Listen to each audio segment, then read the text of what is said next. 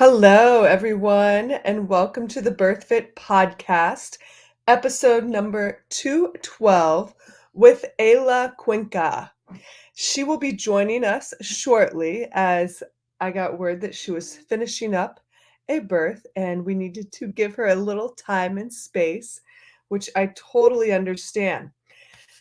That's okay. That gives us some time to dive into some announcements and to give you a little insight as to who she is.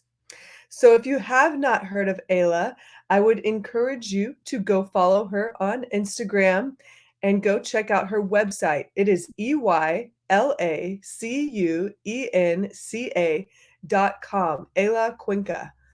And I really hope I'm saying that right, but she will definitely be on soon to correct us. Ayla has lived and traveled throughout the United States and several countries, accumulating knowledge and expertise in her field, excuse me, that spans over a decade. Her work strives to connect women, parents, and children through the scope of conception, birth, and parenting. As a birth guide, she draws on a blend of ancient traditions and evidence based information to bring custom tailored support to every individual, no matter where they are in their process. As a teacher, birth guide, and visual storyteller, Ayla offers natural birth classes, prenatal and postpartum guidance consultations, Reiki energy healing, documentary birth photography, and highly individualized birth doula support. She provides support in person and online so that anyone anywhere in the world has the opportunity for an empowered birth education and guidance. So, yeah, exciting. I came across Ayla over the last 2 years. I can't remember when, but I came across her on social media, and I really resonated with the message that she was putting out and her presence, and there was so much truth and, like, very little fluff that comes with Ayla, and I really like that. I don't love fluff, as you know, for those of you that are in the BirthFit community, and you've done our programs, you've done our education, no matter where, like, whatever program or, course that you've done, you know that I get straight to the point and there's no filter. So I started following Ayla and yes, loved what she was saying, loved the education, information that she was sharing. And as we all know, education is empowerment. And this creates less fear. This creates more confidence within us. And I found myself sharing a ton of her posts over the last year, 2 years, however long I've been following her. Um, we're definitely going to get into some birth education, preconception, pregnancy, postpartum, doula work, birth talk, and we're definitely going to get into some medical freedom chats. So I'm really looking forward to that. I reached out to Ayla recently because, as many of you know, if you're inside the programs, I've shared that my husband and I will soon be open to conception. And I reached out to her because I was like, well, she looks like she seems like an awesome doula, and I'd love to interview her. And then I found out she was in Miami. And I definitely am somebody like if I'm not on technology, I'm fully present. I'm on technology for BirthFit, for work things, and I love that, and I love that connection piece of it. But when I'm not on technology, I like to be here in the now. And so I was like, ah, dang it. I'm just gonna have to do some like virtual consults with her or something. So as we dive in with Ayla, I'd encourage you to, like I said, bookmark her website, follow her on Instagram, and really consider using her as a resource. Excuse me. Before she joins us, I got a few announcements. As many of you know, this is the BirthFit podcast, and we are back. I've had a couple questions about sponsorship. If you're at all interested in sponsoring, please email us at info@birthfit.com. There, Kat will totally take care of you and give you all the relevant information. All right, let me pick one. Okay, sorry. I know I said I would be sharing about the reviews and pick one view each episode. So today I am picking this one because it's short, sweet, and to the point. This is from MCIACCOOSH on iTunes. So if this is you, MCIA Kush, I'm not sure how to say that. It's a code name. This review says, I am so grateful for BirthFit. The most recent episode on politics and parenting was absolutely inspiring. It is empowering to be reminded that my views and strong feelings are not only valid, but I'm not alone. Thank you, ladies. So awesome. If that was your review, please email us info@birthfit.com and we will send you a free t-shirt. So thank you, thank you, thank you. Let's do one more of these. This is from KT, the letters KTEEBB. This is also on iTunes. I first listened to the podcast a few years ago before trying to conceive. I loved hearing the birth stories and experts talk about birth. It definitely helped me get in the right mindset. I love that it's starting back up again so I can continue to nerd out on all things birth related. We're excited too. So, if either of those are your reviews, please email us info@birthfit.com and we will send you a free BirthFit t-shirt. So, yes, I am stoked the BirthFit podcast is back.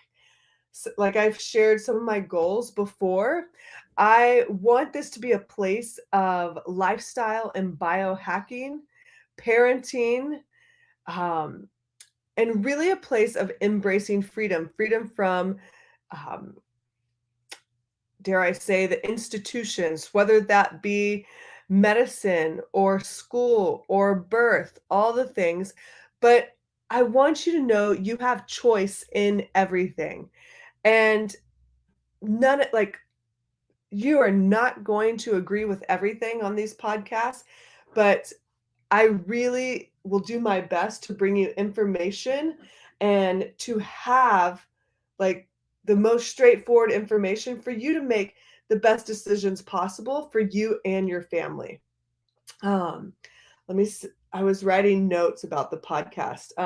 So yeah, this is my big goal: freedom in parenting, and that involves freedom from the systems, like I talked about, and this includes the fitness institutions, the nutrition institutions, and then medicine, schools, and birth, because I feel like um, the fitness institutions and nutrition are kind of like the gateway drugs, the gateway avenues by which we start realizing we have responsibility and choice in everything.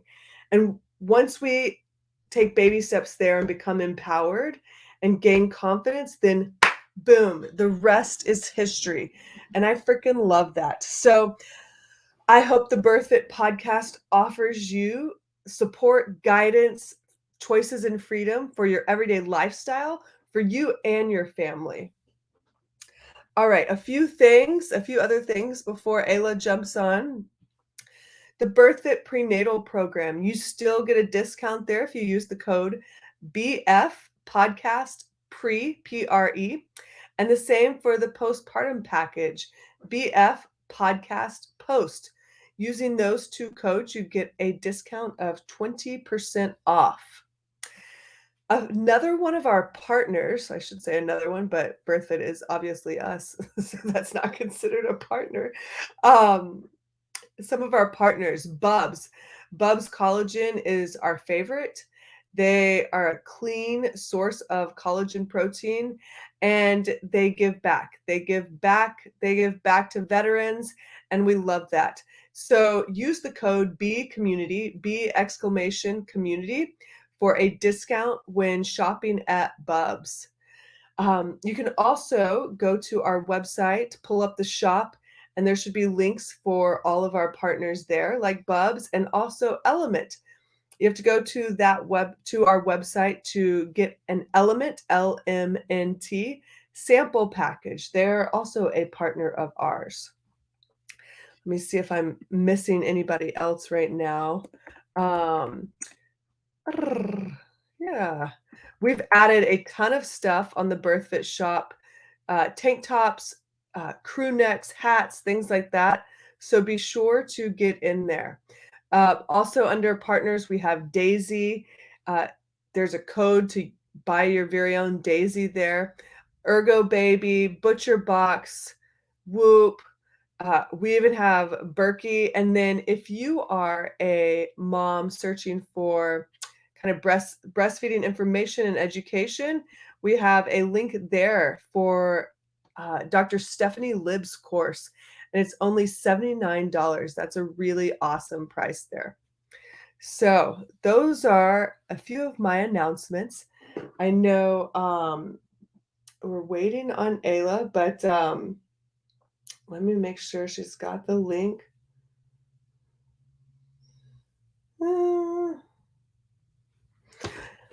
And if you have not left us a review, I would encourage you to.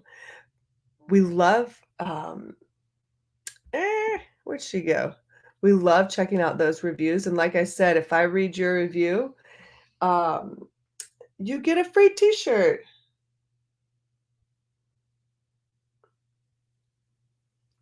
All right. She's coming.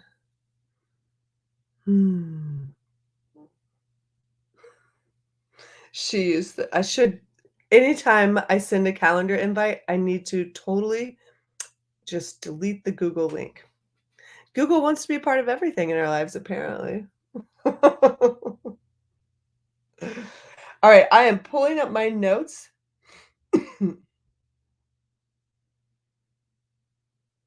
Y'all, I just did like my first AMRAP of 2022 because I got a heads up that Ayla was going to be a little late.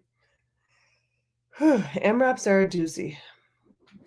For those of you not from the CrossFit world, it's a certain amount of time and you go for as many reps as possible. It's like a lung burner. Yeah, I see her. All right, let me let her in. Hello. Hi. Oh my God. Thank you for accommodating the Absolutely. time change. How are you? I'm so great. It's great to have the opportunity to sit here and chat with you. Yeah. I've already read your bio and everything, but I wanted to make sure I was pronouncing your name correctly. Is it Eyla Cuenca? Eyla Cuenca. That's right. Yeah. That's it. Awesome. Well, I described you as a birth educator and doula, but for those listening in the BirthFit community, how would you describe yourself and what you do in this world? Yeah. So typically I would say I'm a holistic birth guide. So I like to look at every woman and every dynamic as a unique dynamic. There is no one size fits all. So I like to pull from everything about them, as much as I can get about them, to really assist them in what they're trying to create for themselves throughout the pregnancy and the birth. So that's why it's holistic. It's just all encompassing as much as it can be. So there is no formula really. That's why I typically don't say doula, because I feel that there's a little bit of like an expectation there, and yeah, there are no expectations here. We set goals and we weave the web. Yeah. Awesome. How did you get into the work you do today? And was it your own birth experience and journey with like your little one, or yeah? Yeah, so I'd started photographing births. Fix this. Yeah. I started photographing births, and once I was in that space, I studied anthropology and photography, so I wanted to basically work for Nat Geo and live in undisclosed locations for the rest of my life and never have children. And so when I moved to Miami, I started photographing births, and being in that space was like a homecoming for me, because of what is inherently anthropological about birth, and of course, photography. So after being in that space and then birthing my daughter, I started holding space as a doula. I trained as a doula and then later trained as an educator through the Bradley method. And I love the Bradley method. It's it's what I taught for many years, and now I primarily am an educator, and I teach my own method. So that's kind of the awesome. journey. Okay, I have lots of notes and lots of questions. Cool. So if we go off on tangents, totally fine. Okay. Before I get into some of the deeper stuff, I shared with the audience that I reached out to you because I was curious about working with you as a doula. As those that follow me, they know that we'll be open to conception soon. And so I reached out and I found out you were in Miami. I was like, oh, what the heck? So then I started perusing. I was like, oh, okay, she offers a lot of different things. So what are some of the services that you offer for couples, whether near or far? Yeah, so that would look like, it could look like two things. It could look like individual Zoom sessions that we do, where, if it's preconception, just having conversations about getting into that field, either through nutrition or movement or manifestation, education. And, or it could look like preconception support, right? Or prenatal support, where there's like a package and we just decide that for X amount of months, we're going to work together, and we're texting and we're on Zoom, and sometimes we'll fly out to meet each other, which I've done. I've had a few clients in Atlanta, and so, and in California. So, it can look like that. And I might not be at the birth, but I'm a part of that journey. And sometimes, oftentimes those clients don't feel that they need a doula at their birth. The partner tends to feel really prepared and supported and empowered, Awesome. And so I think that's really my goal, is that you don't feel like you're moving from codependency on one structure or system to another, so it's like, fly bird, go. That's really what my goal is. It's awesome. So when you work with couples in person, is it birth education, doulas, or can they work with you start to finish all the way through? Yeah, most people it's start to finish. Awesome. And then going through postpartum. And then some people it's just classes, because the classes I teach are not specific to home birth. Like I'm not promoting home birth. I'm offering evidence-based information and how to practice informed consent. And through that exploration, people often will explore home birth or free birth on their own. It's not like, that's what I'm saying, is there's no right or wrong, right? So the couples that end up staying in the hospital setting don't end up having doulas for the most part, because they're not allowed, here in Florida anyway.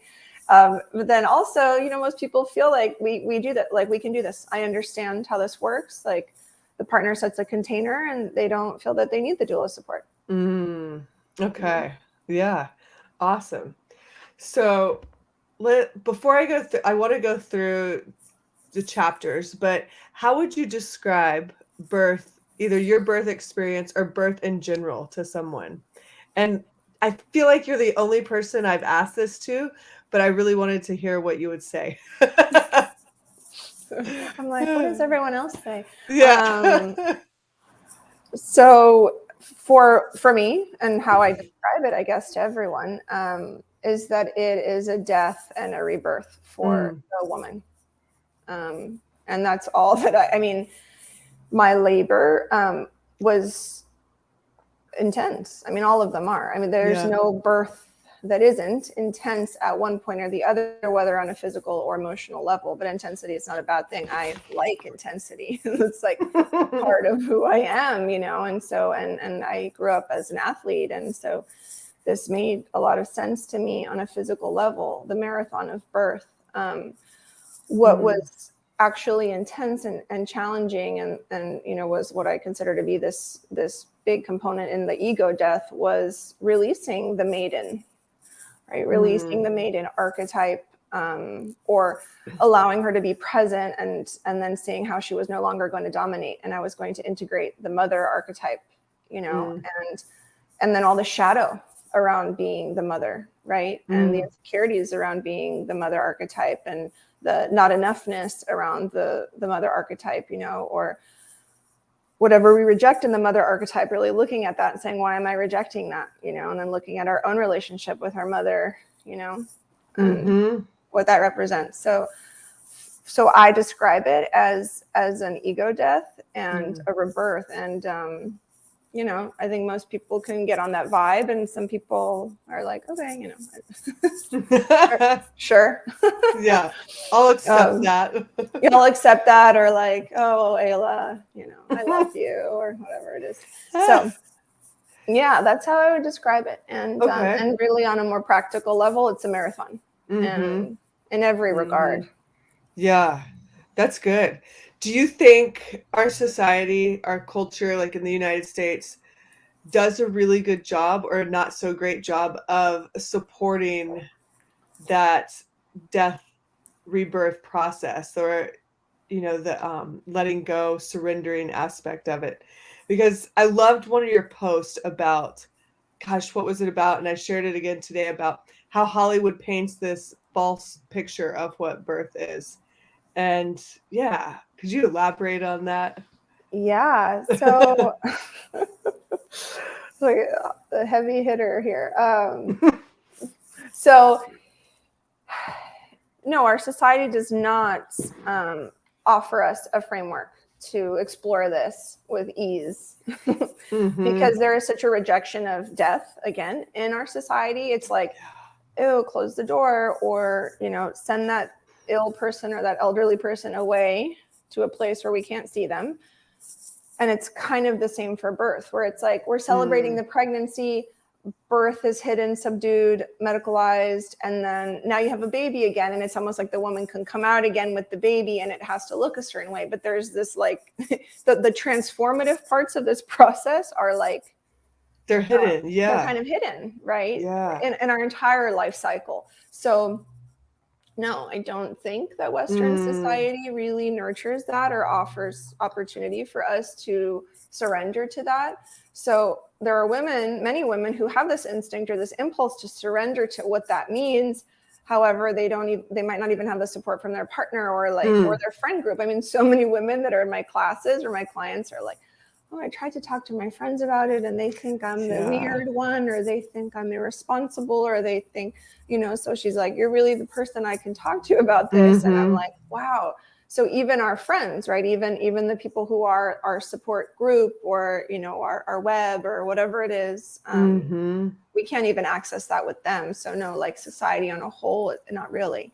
And of course, we're set up to not really support mothers postpartum and in general. Like I traveled with my daughter when she was 3. Her and I spent a month in Europe together. And we traveled from Greece to Italy to Netherlands, Amsterdam, Portugal.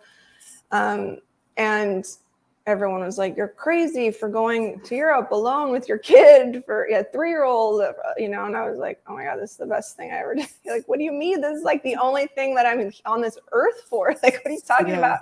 And everyone in Europe was so accommodating, especially in Italy and Greece. And I mean, Netherlands too, because of the way that they're structured, like they love kids. And in Portugal, it's like all of those countries, like people were opening doors for me. People would give my daughter gifts. Like people would say, God bless you to my daughter for just existing, you know? And it's like, wow. And in America, I remember getting back into the States at the end of that trip, and I was in line to, I don't know, I was like carrying this, carrying that, and holding her because she was asleep. So I was like, and like no one was like, hey, can I hold your bag? Or, hey, would you like to go in front of us in this line? Or, you know, not that I'm like in any way like suffering or something that I need to get ahead and, you know, cut in front of people who've been waiting. But like there was just no intention to support a woman who is participating and nurturing the continuation of the human race. Yeah, to put it lightly. And then in Europe, everyone's like, free food, hugs, kisses, blessings. Do you want to, you come in front of us? Oh, you sit down. Oh, you take my seat. Like, no, none of that here. So, yeah. Yeah, that's a really, that story that kind of paints the picture perfect. Like, yeah, the respect for the next generation or even the previous generation is lost, and it's Right. hidden behind closed doors. Right. Mm. Okay. So let's start with preconception, because I had some preconception questions for you.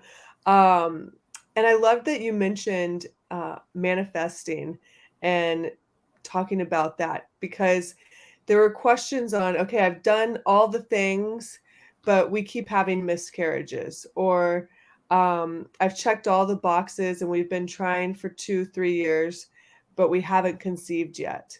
Any insight there? Oh, yeah. It's such a case by case basis. Mm-hmm. It, Mm-hmm. holistically, there are a lot of things that I would ask. Yeah. And there is no way for me to diagnose that. That's not what I do. I can simply offer suggestions based on what someone's already doing and new avenues to explore. And it'll be anything from nutrition, to experiences with autoimmune disorders. It'll be the relationship they have with their partner. I'll ask them about their mother's, their mother's experience while she conceived them. What was her mother's relationship like with her father when that woman was conceived, or the man was, conceived, depending on whatever. And then so we'll talk about fears, also surrounding the experience, because a lot of women do say, like, I want to get pregnant. I really, really do. And we've been trying. And then there's this huge block when it comes to actually having the baby and what it looks like once the baby's there. So there's so much openness to the pregnancy, so much receptivity when it comes to like even birthing, gestating, but then they might not notice that there's a really big block when it comes to what it means to integrate that human. Like really embodying the sensation of what it is to have that human in our life and how it changes the dynamic in the relationship, how it would mean releasing a lot of things in your postpartum life as a mother. And so there might be blocks that we're unaware of regarding certain parts of the journey, whether it's the actual pregnancy, blocks around that, but being excited to be a new mom, or blocks around actually birthing, or the physical experience of the baby being born, so there are a lot of components.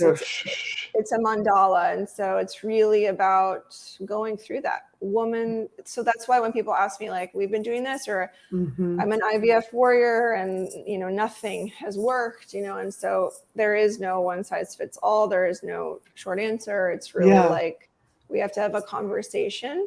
And are you willing to explore your blind spots? That's good. It's a self-responsibility thing, and it's a shame that often, these fertility doctors will really capitalize on it being an issue with the mother's body, or even potentially the father's sperm, and his habits, and his sperm count, and the potency of the sperm. And it's really like there's something biologically wrong with you, so it's a very myopic way of looking at inability to hold a pregnancy and inability to conceive. And then the fertility doctor is like, I'm promising you all of this based on your body cooperating, or your partner's body cooperating. And then that leaves people feeling really like hopeless and distressed often, because there's the whole, like, what I think is 90% of it, which is all like metaphysical and mental, emotional. I like that. Excuse me. And I like that you brought in the IVF route, because one of the things that I do in my therapy is Mercier therapy, but I often get couples that have gone IVF route and nobody's touched on diet, nobody's touched on asking about their own birth experience into this world.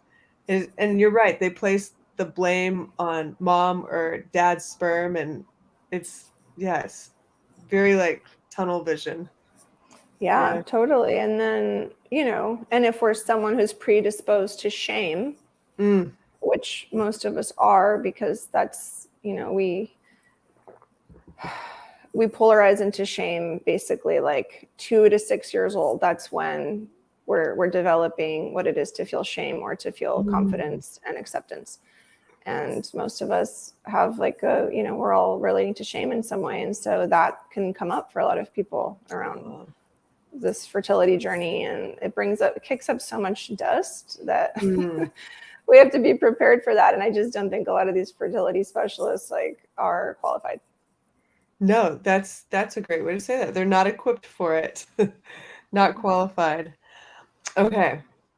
So getting into pregnancy, I wanted to ask about interventions first and what would be considered an intervention and what what you feel like are, there's routine practices that some OBs and midwives do, and what's necessary, what's not necessary, and yeah, discussing that a little bit.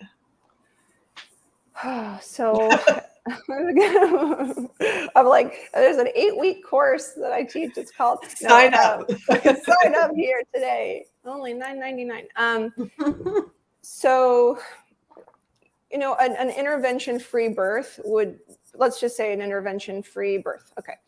Is a woman goes into labor on her own at home, doesn't call anyone, doesn't do anything, might have some water, might eat, she might get in the shower.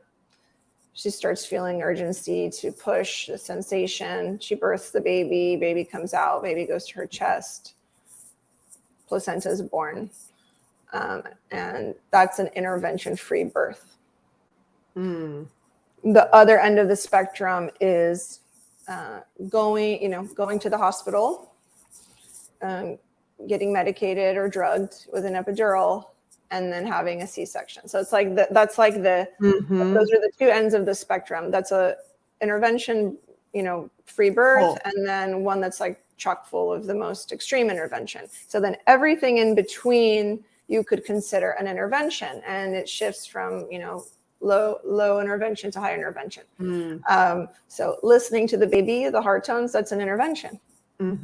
Anything that would change your path of just having a normal, natural, physiological birth, right? And and this is not about right or wrong. High intervention is wrong, low intervention is best. It's just about knowing what the risks and the benefits are of all these interventions and understanding your motivations behind selecting each intervention. And so what happens when we listen to the heart tones of the baby in the pregnancy is that it could dictate a decision we make about the pregnancy, right? Like we get an ultrasound at the genetic screening and we learn something about the baby, right? Like a heart condition, and so now we start getting ultrasounds every week so that we can monitor the heart condition. So it becomes this kind of high intervention pregnancy, or you find out that there's a genetic disorder that you were not planning to, live with, and you decide to terminate the pregnancy,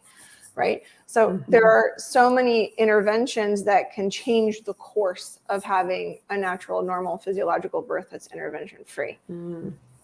Hiring a midwife is an intervention. That makes sense. Hiring an OB intervention. And again, that's just what it is. It's not a judgment. So every time you listen to the baby, every time you decide to do a test, like check blood sugar, anytime you decide to do anything, you're just intervening with the process that would naturally, normally happen out in the wild without any tools. Yeah, on that other end, that far end of the spectrum. Right. Yeah. Right. So specifically on ultrasounds, because I feel like this is like you, especially in the OB world, Western medicine, you come in and they do an ultrasound every visit. And we posted on BIRTHFIT. This was maybe a month ago, 2 months ago, I don't remember. But it wasn't negative at all, but people were so offended that we basically said, hey, like this is an intervention. You have choice in interventions. Right. So why do you think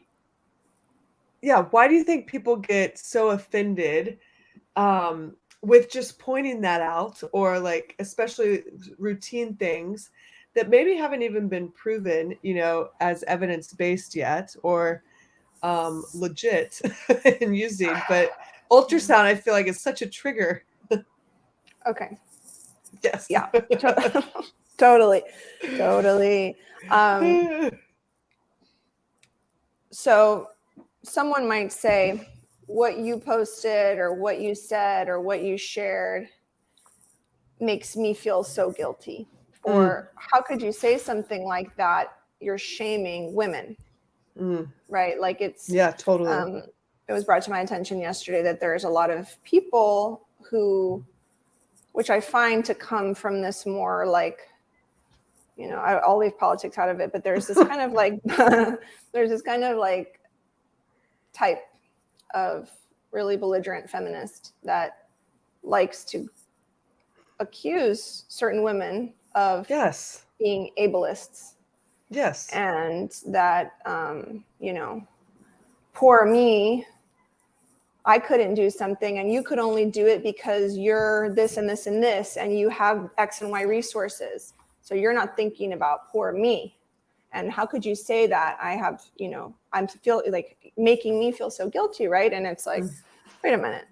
Guilt can only come when it's already existed, right? So if you're feeling guilty, it's because it already existed within you. If you're feeling shame, it's because it already existed within you, right? There's something about this, and this might be obvious to most people listening to this, I don't know, but when we get that feedback, it's because there was something already within that woman. Maybe it was her intuition that she hasn't tapped into yet because she's never had the opportunity, and because we don't encourage little girls to fine tune their intuition. We condition them to be good girls and go against what they feel in order to be good and pretty and nice and agreeable. And so this woman might have had an intuition, not, you know, a hit, not to do that, right? Not to do the ultrasound, but she did it. And so when she reads something like that, the shame or the guilt that comes up, it has to get, like, that energy is, that charge is so intense that like it has to go somewhere. So it's going to go to you because you're like a stranger on the other side of a screen, you know? So like it can go to you, it can go to me, you know?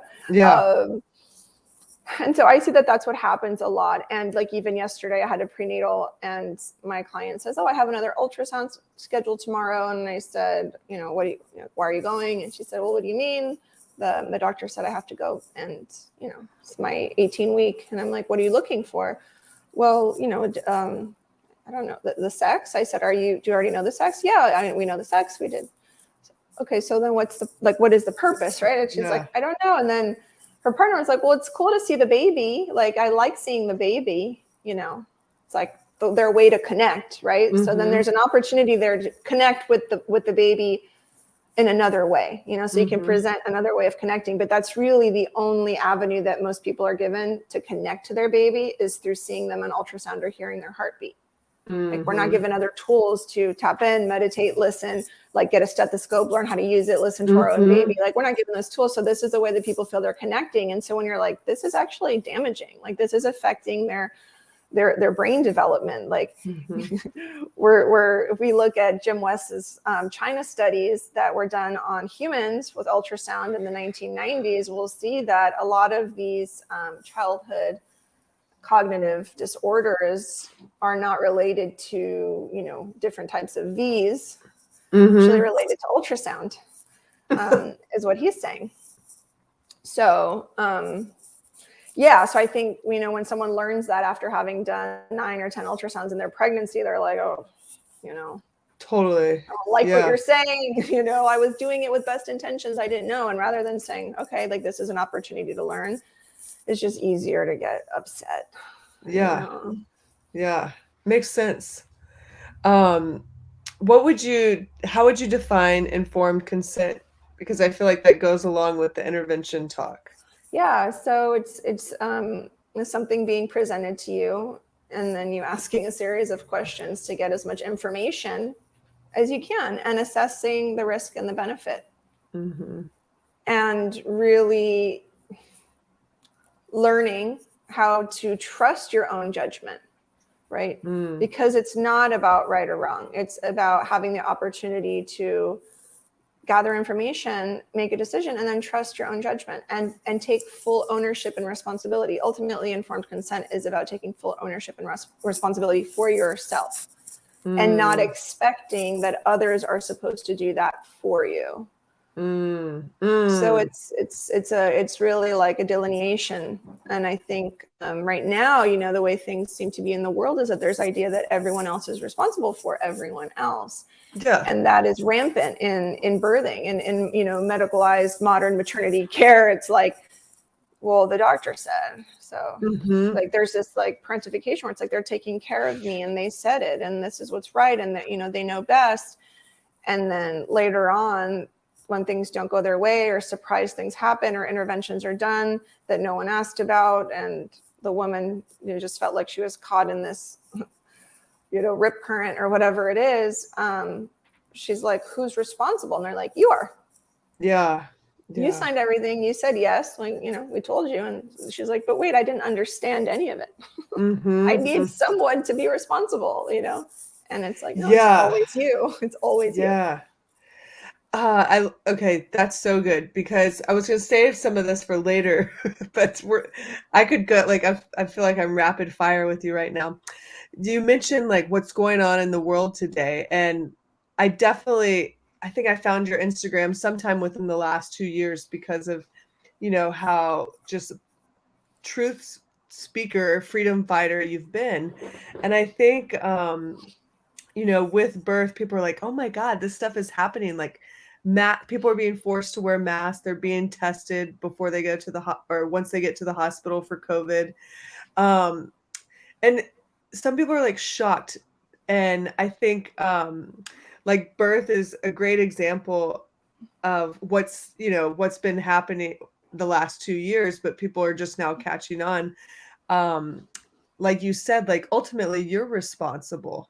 And I think we're seeing that with people getting the vaccine, and they're like, wait a sec, I did my double booster, third booster, and I still got COVID. What the heck, you know?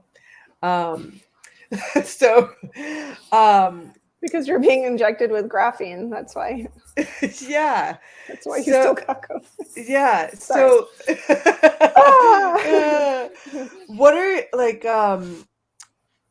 do you have hope for where humanity is going, where our world and society is going? Especially, like, what's been coming up for you over the last 2 years? What's been coming up for me is that this has been the perfect opportunity. I'll speak for myself. The perfect opportunity for me to integrate all parts of myself that I have since abandoned or left behind. This has been an opportunity to speak my truth and to legitimize my truth. Awesome. And to fortify my relationship with God. I mean, that is really what this has been. The polarity has made everything so crystal clear for me within my own microcosm. Like, I don't even think about what's happening like outside, because that is the psyop, is just to focus on outside, you know, and none of the change ever happens when we're focusing on all of that. The only change that ever happens is here, right here, in this body, in this mind, in this heart, in this spirit. And when that frequency changes, that's what reverberates out. There is no amount of content that I can put out or anyone can put out. There is no amount of announcements. There is no megaphone. Like, the megaphone is your frequency. And so that's where we need to be doing the work. And I know, I mean, there are like amazing freedom fighters, like, you know, going to these town hall meetings on a local, you know, on a local level, state level, federal level. Like, there are these people offering this, and that's amazing. However, the component that I think is essential for this change to have integrity and authenticity, for this awakening to really continue and for it to be positive, is for the frequency within us to change here. So it's like, look inward, stop looking outwards. Yeah. Go back to your truth, your inside. Like we want to illuminate the shadows, like we want to expose the truth of what's happening out there. And I'm like, have you been exposing your own shadows, right? Like expose your own truth, like what's going on in there, Yeah. And most people, and I see this all the time, I used to practice Reiki, and when people are just given the opportunity to be in silence and stop, and just even holding hands over someone's heart, people break apart. Yeah. Break down, tears, weeping. Like everyone needs to or should reconnect with themselves. Oh, that's awesome. Yeah. That's a good answer. I'll take that.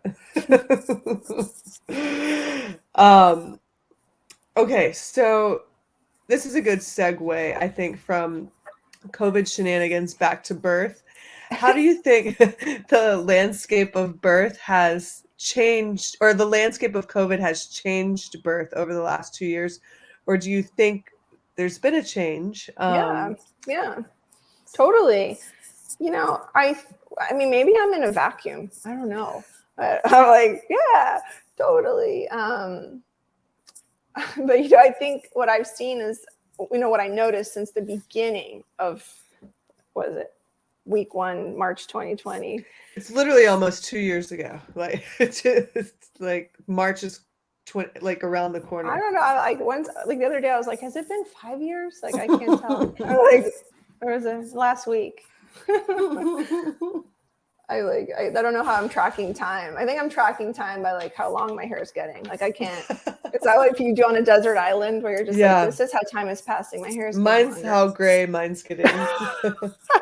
Right. So what I did notice was that a lot of people who would have never considered home birth were considering it.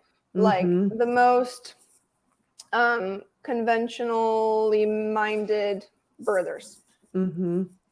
Again, not a judgment, just the people who would never consider birthing out of a hospital were like, hey, I found you on Google, or hey, if someone said this and they said that you could help us figure out how to do a birth out of the hospital, like what's it like, what do we got to do, like it was just like, what do we buy, it was like this. People were just like, I'm like, oh, you just hire a midwife, you get the same tests, you get prenatal care, like it's not, this is not happening in a garage kind of thing. But people were really like, flooding toward me in the beginning of this whole thing. And that's what I saw the most, was that there was an awareness around it, because suddenly even people who subscribe to COVID on many levels were like, I don't want to be in a hospital. Yeah. So it was has been a beautiful opportunity to reevaluate this control grid. So I think it's, it's assisted a lot of people in some type of awakening, and people who would have never considered alternative types of pregnancy, postpartum care, pediatric care, even like thinking about it differently now. Because a home birth will really change your life. It'll really change your perspective. As women, I find that some of us are so constricted, and we hold back so much simply because of the fear we have around being creators. Yeah. We fear our own ability to create and to birth, and we fear the experience of birth so much that when we have a home birth that is empowered, or a birth in a hospital that's empowered, that's unmedicated, that's felt, we blow our whole world open, and we realize like, oh, all the things that I've been holding back from doing, I'm going to do them now because I am fucking amazing. Yeah. So true. So maybe for somebody that's listening and they're on the verge of, oh, let me think about an out of hospital birth or home birth, how would you describe a CNM versus a CPM? Because usually those are the two options you would get in a midwife outside of the hospital. So a CNM is a certified nurse midwife, and a CPM is a certified professional midwife. And so typically there's some type of undergrad that they do, and then they do 4 years of a midwifery program. And then the CNMs will do nurse training. And then the CPMs typically do, I think it's 2 to 3 years, depending on the state, of like what is could be like a residency where they're attending births and they're in the field and they're assisting births. And then they have to take the NARM, which is a board certification for the state, and they become a CPM. And if they don't do the NARM, they're a licensed midwife, LM. So yeah, there's traditional midwives as well, which I see in Utah. I don't know of any here, and that's just learning midwifery care through tradition and through attending births and through knowledge passed down generation to generation. And there is no insurance, there is no liability assumption of any kind. It's almost like having a free birth, but you have an experienced birth worker there with you.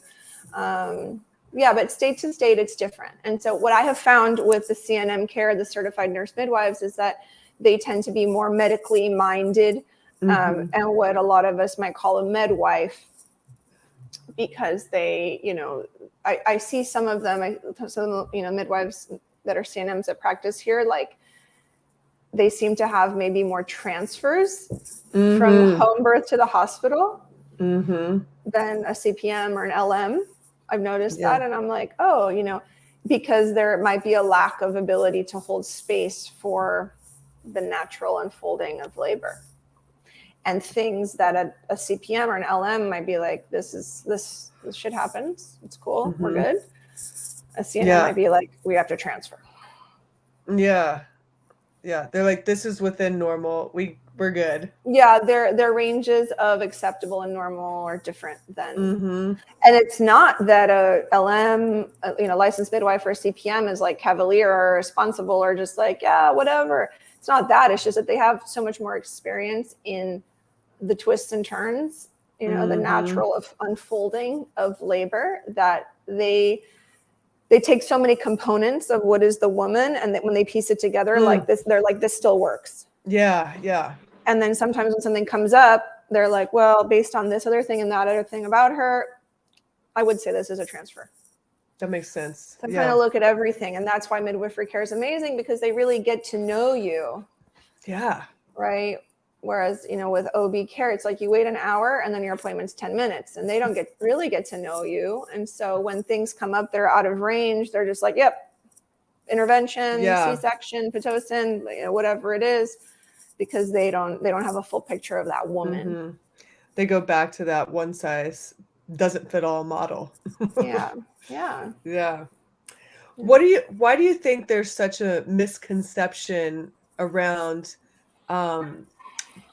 hospital safety? Because like majority of the births happen in the hospital in the US, yet we still have the highest or one of the highest maternal mortality rates and infant mortality rates. So it's like, where do you think these births are happening? Like this is happening in the hospital. Okay, wait. So the question is, so why do we think the hospital is safer? Yeah.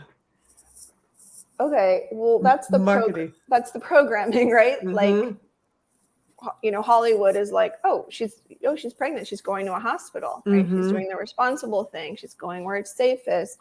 She's doing her ultrasound. She's getting her blood work. She bought the breast pump. She got the crib. She set up her nursery. This is, what was that movie? Knocked Up. Like, all those types of movies where it's like she does all the things. And so that's what we're being programmed with. That's what pregnancy looks like. That's what birth looks like. I mean, what was it? Ron Howard did that show Parenthood. And there's a few birth scenes. I didn't watch the whole show because there's this political, whatever. And so there's one scene where this girl's giving birth, she's screaming and she's like looking at her mom, and it was like too late for her to get the epidural, right? And so she's like, you got to do this on your own. Like, you can do that. It was almost like, what? Like, as if it was the worst thing that could have ever happened, that she missed the opportunity for the epidural. So that's like just what we're being conditioned with, right? Yeah. And then on top of it, we hide our periods. Like, we don't talk about menstruation. Women are expected to menstruate and go off and be in the world and go to work and go to school. They're not allowed to sit home and rest and just bleed and like, eat the dark chocolate, which has magnesium, which helps them, and like, reflect and regenerate and cleanse. Like they're not allowed to do that. So what they do is like they take Midol or they take Advil and then they like go do their stuff in the world. Yeah. So we're never really allowed to feel pain. We're never really allowed to just, let our body do what it does. And so we associate anything uncomfortable with something being wrong and something that needs to be hidden and suppressed. So there's that whole component of it. So that's why there's this idea that if we're at the hospital, everything is controlled. There are no surprises. Anything that comes up is going to be fixed, and I won't feel pain there, right? At a home birth, it's like you have to feel, out of the hospital, you have to feel everything, and you have to commit to your body's own natural intelligence, which we're like, what does that mean? So that's a foreign concept. And so it's just a completely different invitation. And you're right. The maternal and fetal mortality rates in hospitals are still incredibly high, even though they have all the best tech, newest stuff, all the grants, all the donations, all the wings, all the specialists, and they still like, women are like still having the most traumatic births and terrible experiences, and babies are still in NICU, and the midwives have the lowest C-section rate if we're talking about medical providers. A midwife here, I asked her recently, I said, you've been practicing for a little over 20 years. You've done, almost 1,500 births. What's your C-section rate? Like, what's the transfers that had C-section? She was probably like maybe 7 or 8 women. I was like, oh, so you have like a 0.08 C-section rate. It's amazing. Yeah. And like you're doing home births, which are so dangerous, Yeah. And then like you look at an OB and he or she has like 60 to 80% C-section rate. And I'm like, but if it's so safe, then like, if you're in the hospital, then why are so many emergencies happening? Yeah. Yeah. It's almost like you just got to step back and look at that as a big picture and be like, with a little common sense. Right. It's like, wow. Okay. I won't take up too much more of your time, but I wanted to ask you a few more questions. One about postpartum. What do you think should be the priority for women and their families as far as like postpartum healing goes? So postpartum, what the woman needs is a really airtight container so that she can surrender to this kind of new body, this new metaphysical body, and breastfeed. So she needs to be nourished. Tasks around her need to get taken care of. She needs only supportive people who are aligned with her philosophies and beliefs to be around her. And there needs to be no other responsibility besides her getting to know her baby. So when all other pressure is relieved, she can fully step in, right? And when she can fully step in, there's no conflict, there's no stress. And that's really what will lead to the healing, is that low stress, nourishing environment, or stress-free, I should say. But when there's conflict of interest, when there are too many responsibilities, when she's still needing to hold space for other people and there is no containment for her, she's not going to heal properly. She's not going to feel supported. She's probably not going to be able to breastfeed. Yeah, that makes sense.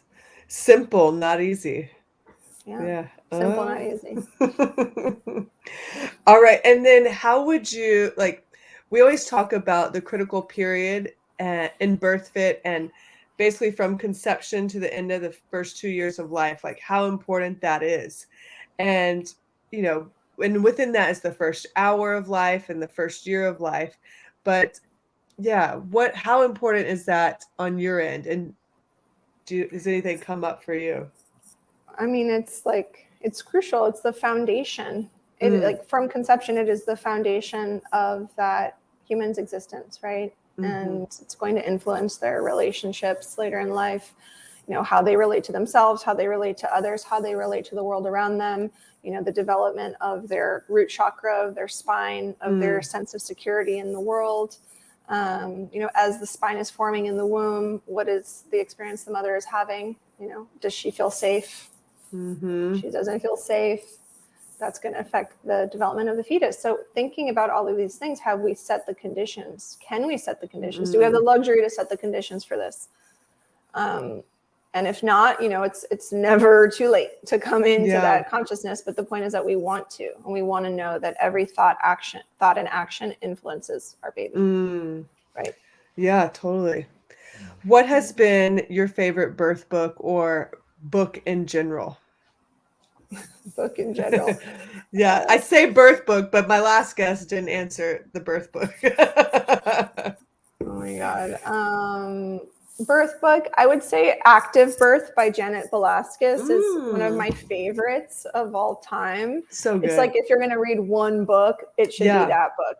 That's really like, when I read that 10 years ago, it changed my life. Yeah. Like, it's probably why I decided to do this ultimately. Love that. So yeah, that's my favorite birth book.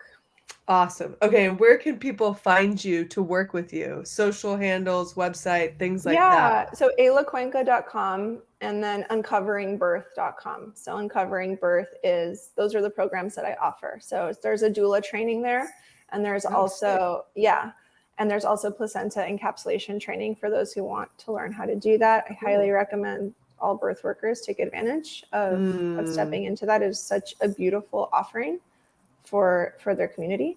And then of course this immersion, everything that's conception to early parenthood, newborn care, focused on informed consent. So that's all in Uncovering Birth. And then my Instagram is Eyla Cuenca Birth. Awesome. Yeah. I'm really glad to know that you offer doula trainings, because I get that question all the time. And I recommend like a handful of things that I've done in the past, but this one resonates. This is awesome. Yes, totally. Yeah, I know. Yeah. It's pretty extensive. Like, awesome. My doula training did not talk about interventions very much. No. I didn't really understand how an epidural worked when I did my doula training. No, mine either. Yeah. Yeah, my training is like, get ready. I get pretty real. And so awesome. Yeah. It's a lot of fun. Awesome. Well, anything come up for you that, out of the questions, reflections, anything that you want to share before we hop off? I greatly appreciate your time. I know you're a busy lady. This has been fantastic. I've awesome. loved all the questions, and I would just love to hear from everyone. So please reach out for sure. Awesome. Thanks so much for joining us, and go enjoy your weekend. Yeah, likewise. I'll talk to you soon. Definitely. Thanks, Eyla. Bye. Bye.